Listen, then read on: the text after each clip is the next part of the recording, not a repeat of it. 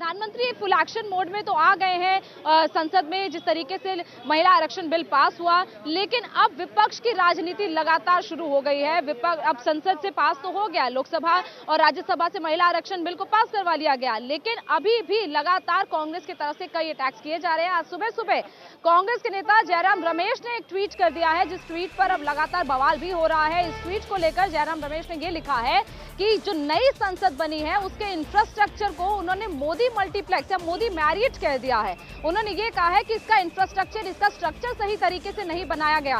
सांसदों में दूरी हो गई है, सांसदों को एक दूसरे से बात करने का मौका नहीं मिल पा रहा है। उनका कहना है कि वो पुरानी बिल्डिंग में जाने के हमेशा मौका ढूंढते थे, लेकिन नई बिल्डिंग में वो कनेक्ट नहीं मिल पा रहा है। इसके साथ साथ उन्होंने ये तक कह दिया कि लोगों से पूछकर नहीं बनाया गया, सलाह लेकर नहीं बनाया गया जो पार्लियामेंट में काम करने वाला स्टाफ है। तो ये सारे सवाल जयराम रमेश ने उठा दिए हैं। जयराम रमेश ने ये तक कह दिया है कि 2024 में जब सत्ता परिवर्तन होगा तो पुरानी बिल्डिंग में, यानी कि संसद की जो पुरानी बिल्डिंग जिसे अभी संविधान सदन कहा जाता है, वहीं पर फिर से शिफ्ट कर दिया जाएगा और नई बिल्डिंग का जो इस्तेमाल है वो देखा जाएगा कि किस तरीके से होगा।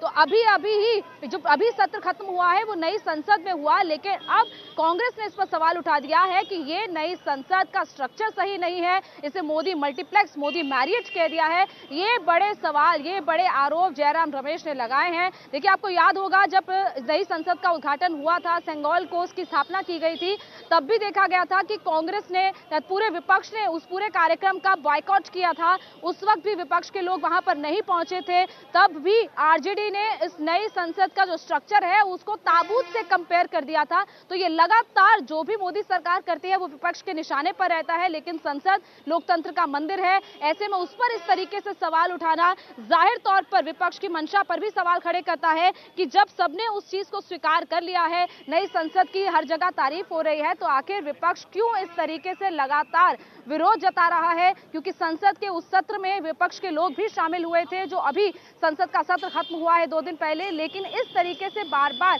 उसके स्ट्रक्चर पर सवाल उठाना को लेकर भी कई बातें अब खड़ी हो रही है। जैसे जयराम रमेश ने ये ट्वीट किया, जयराम रमेश ने इस नए संसद के इंफ्रास्ट्रक्चर को, इस स्ट्रक्चर को मोदी मल्टीप्लेक्स से कंपेयर कर दिया और ये तक कह दिया कि सांसदों के बीच में दूरी आ गई है, एक दूसरे से बातचीत नहीं हो पाती है, कॉन्वर्सेशन नहीं हो पाता है। तो लगातार नई संसद हमेशा से सवालों के घेरे में रही विपक्ष के, लेकिन अब जब पिछला जो ये सत्र है वो खत्म हुआ है, तो उसके 4 दिन जो सत्र के हैं वो उसी नई संसद में चले थे।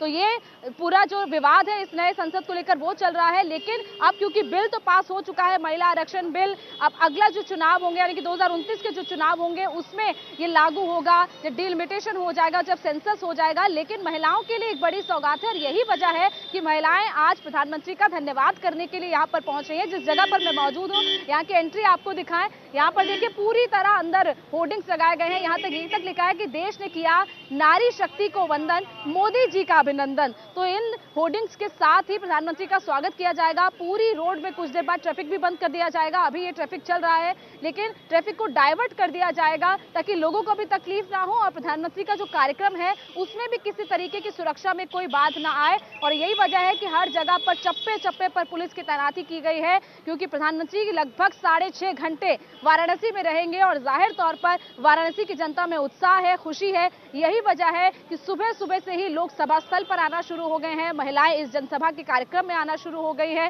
प्रधानमंत्री को आने में भी वक्त है, लेकिन इंतजार काशी की जनता उनका कर रही है। रुचि जी, हम जैसे देखते हैं कि प्रधानमंत्री जब भी यहाँ आते हैं कई बड़ी सौगातें देकर जाते हैं, लेकिन आज वाराणसी की जनता उनका खास स्वागत, उनका अभिनंदन कर रही है। 5 जगह ऐसी बनाई गई है जहां पर प्रधानमंत्री का पुष्पमाला करके उनको भेंट करके स्वागत किया जाएगा। महिलाओं से जनसंवाद होगा। ये जन संवाद कार्यक्रम पहले शामिल नहीं था, लेकिन अब शामिल किया गया। मैं आपके पास आऊंगी, लेकिन सचिन तेंदुलकर वाराणसी पहुंच चुके हैं। सचिन तेंदुलकर की तस्वीरें आप देख रहे हैं जो वाराणसी पहुंच चुके हैं। जो अंतर्राष्ट्रीय क्रिकेट स्टेडियम का शिलान्यास होना है उसमें शामिल होने के लिए कई क्रिकेट जगत की हस्तियां पहुंची हैं।